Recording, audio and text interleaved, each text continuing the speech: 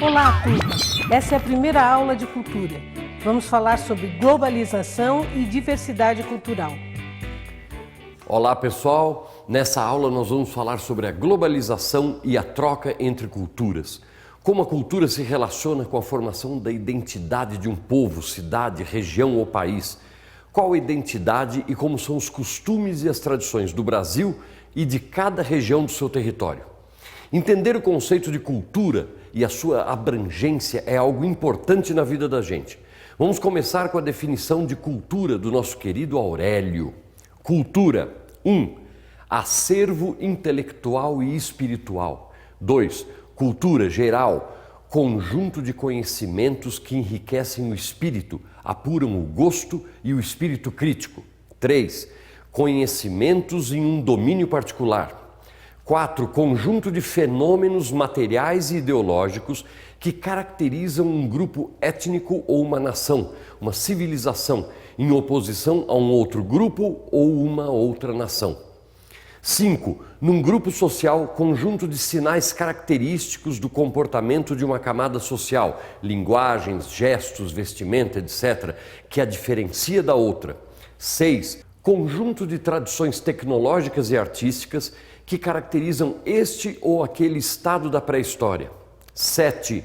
Cultura de massa, conjunto dos comportamentos, dos mitos ou representações coletivas que são produzidos e difundidos maciçamente pela mídia. E Arita, você veio para a nossa aula de cultura? Vim, mas pelo que eu vi, você falou apenas de uma parte do que é cultura. E a cultura que estamos criando na internet, por exemplo? Como ficam as trocas, as influências e a ação política nisso tudo? Bom, sintetizar e definir o que é cultura são tarefas muito difíceis.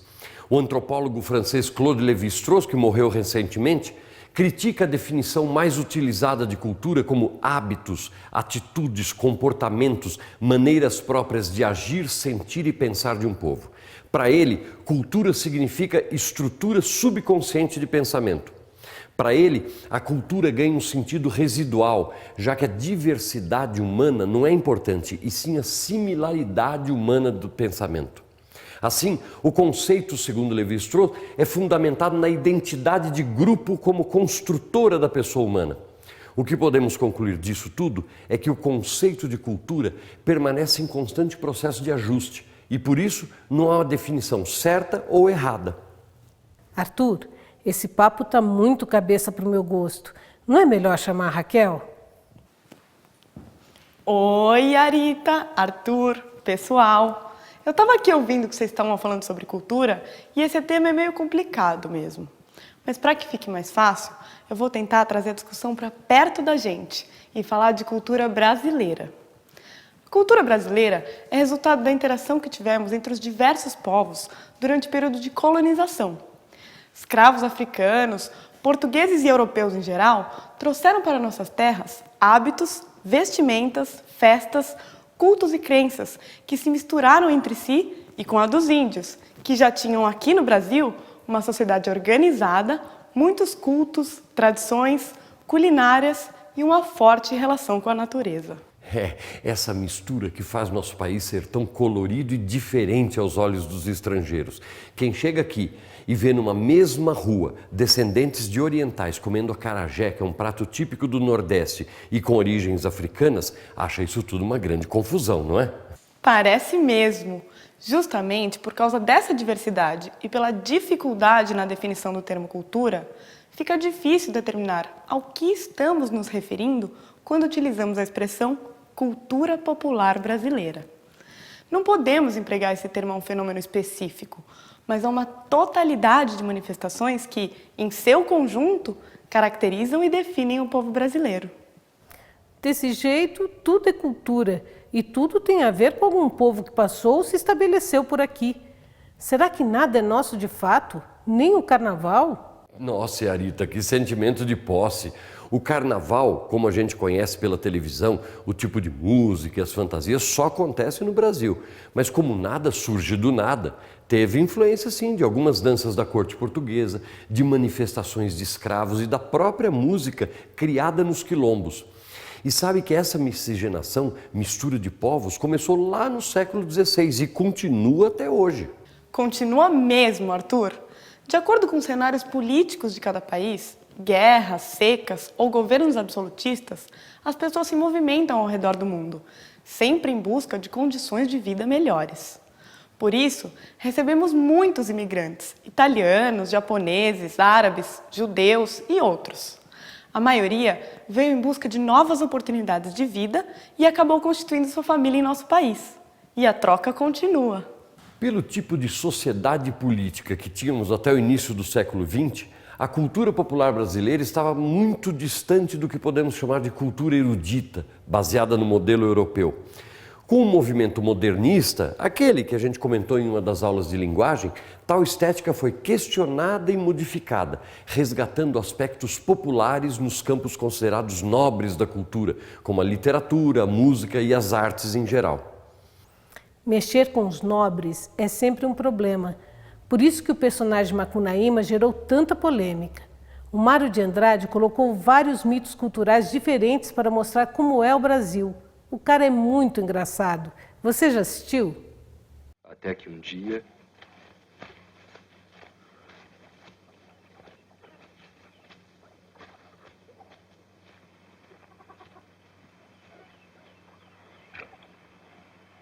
Meu avô, dá um pedaço de carne para me comer. Dou sim, meu neto.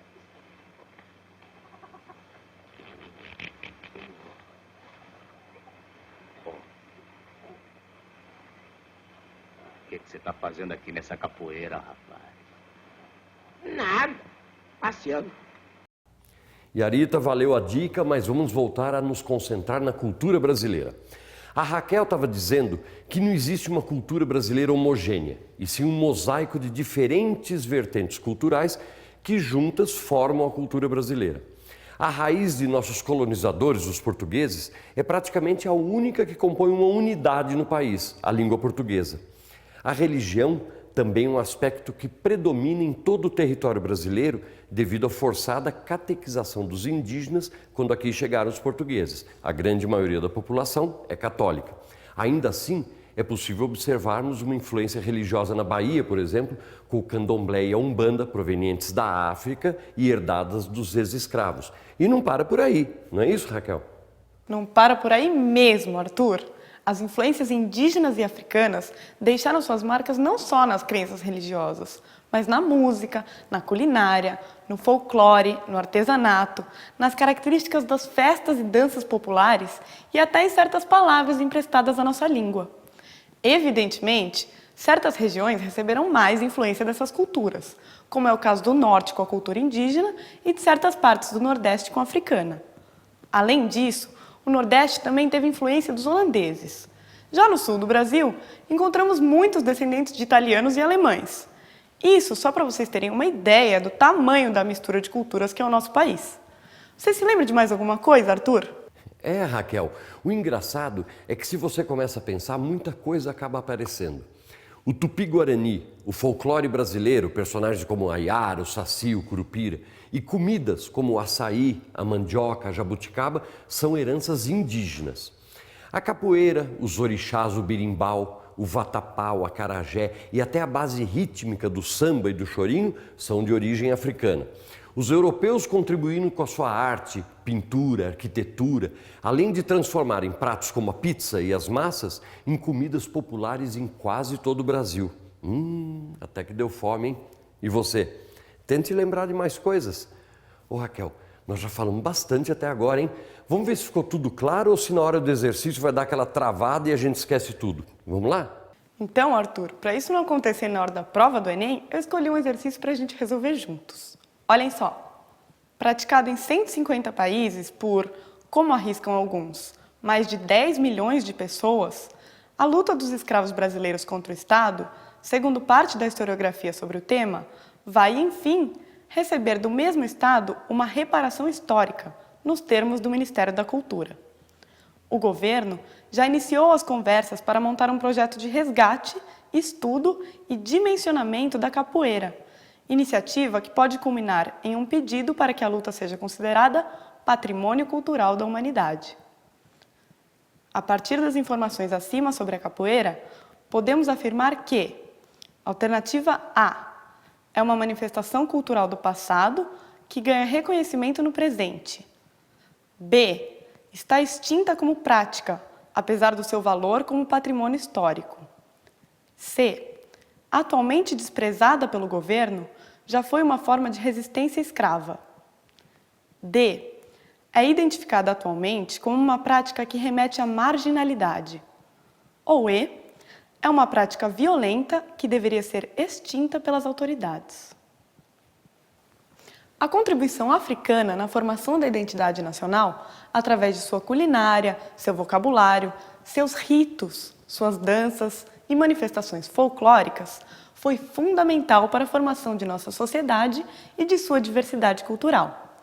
Em 1998, a capoeira foi reconhecida pelo governo brasileiro como patrimônio cultural imaterial. A luta, que era praticada nas senzalas, é uma manifestação do passado, que continua a ser praticada, além de ter encontrado o reconhecimento de instituições oficiais. Por isso, a alternativa correta é a alternativa A. Essa diversidade tem reflexos em muitas áreas. Além da arte, vemos isso na economia, na política, enfim, na sociedade como um todo. Vocês sabiam que em São Paulo o número de pizzarias é muito maior do que de qualquer outro tipo de restaurante, seja de comida típica de qualquer região do país ou de lanchonetes em geral? Sério, Arita? Essa eu não sabia! A globalização proporciona um aumento no número e na frequência das trocas entre diferentes culturas. A internet, que você falou lá no começo da aula, ajuda muito nisso também.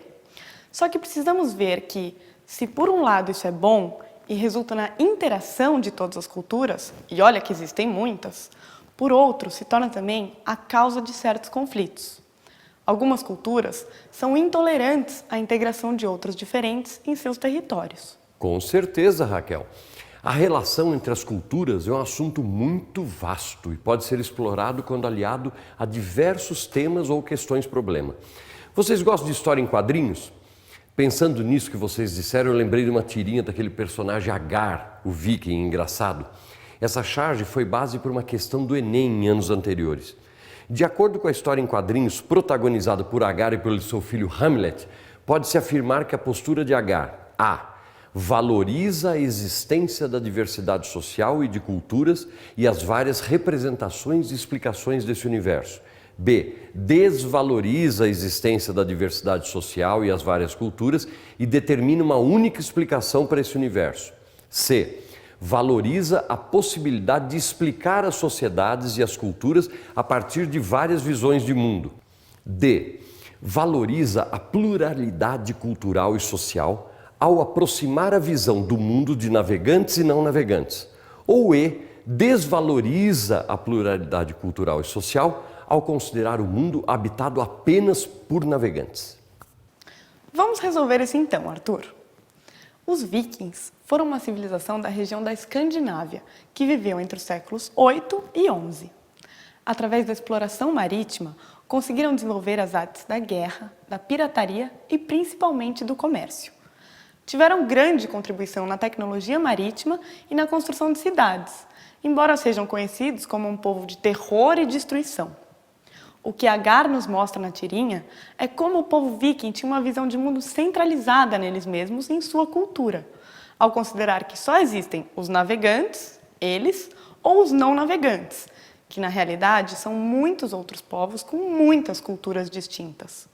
Por isso, ele desvaloriza a pluralidade cultural e social e só consegue enxergar o mundo do ponto de vista dos vikings, os navegantes. Então, a resposta correta é a B. É uma delícia poder viajar, conhecer a cultura do nosso e dos outros países. Também é muito bom poder conhecer essas diferenças usando a internet ou outras formas de comunicação. A gente só não pode se distrair e tomar uma cultura como substituta da outra. Sabe, Raquel e Arthur, quando o assunto é cultura, eu vivo um eterno dilema. De um lado, eu quero preservar e curtir a cultura e as características pop brasileiras. Mas de outro, a internet abriu as portas para o mundo e cada vez mais eu consigo ter contato e trocar vídeos, fotos, textos com meus amigos do Orkut, que que são da Ásia. E Arita, tem dilemas que são bons. O seu é um deles. Seus amigos da Ásia devem ter outros costumes, mas têm idade e interesses próximos e a aproximação virtual que a internet possibilita é muito rica. Somos muitos e bem diferentes. Cultura também é saber respeitar o que o outro tem e conviver com harmonia. Veja quantas vezes isso ocorre ao longo do dia. Para não perderem o hábito e isso se tornar parte da cultura de estudos de vocês, não deixem de fazer os exercícios da competência 1. Até a próxima. Tchau. Pessoal, espero que tenham gostado da nossa conversa. Se tiver dúvidas, pode dar replay na aula, mas não deixe de fazer os exercícios e ver os materiais complementares, ok?